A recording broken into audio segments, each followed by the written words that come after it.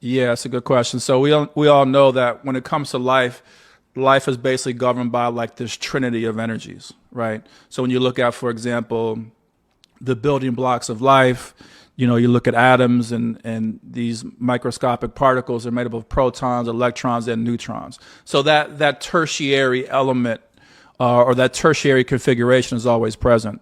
So when it comes to gender, the energy of gender, yeah, you have masculinity, you've got femininity, but you've also got androgyny.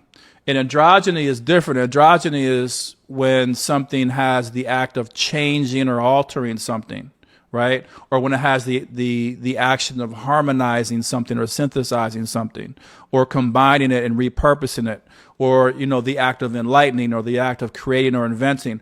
Those are all androgynous things. So for your users, let me give you all an example that I talk about in my book, Nine Expressions of Love, if you want to be clear and understand how these energies work. So imagine you have a slope, right? So like picture a triangle, and I put a ball, right, a sphere, on the middle of that slope, and then I let go of the ball.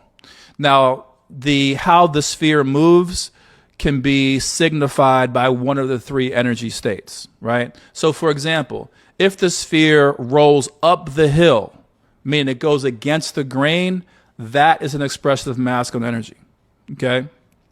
If the sphere stays exactly where it's at, right? If it doesn't move at all, you let go, it doesn't move, that is an expression of feminine energy. Again, that whole bonding, that whole not moving, that whole committing to a particular state or position, right?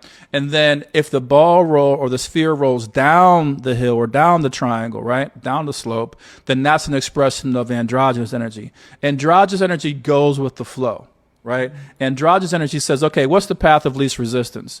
And it just follows that path. That's why androgyny is the ultimate, state of consciousness and energy that leads to solutions in situations, right? So it says, hey, this is where we got to go in order to solve the situation, or this is where we got to go in order to solve this particular health crisis or this particular conflict or whatever. Like it's just going to follow the natural course of where the energy is taking it to kind of get through or get past that situation.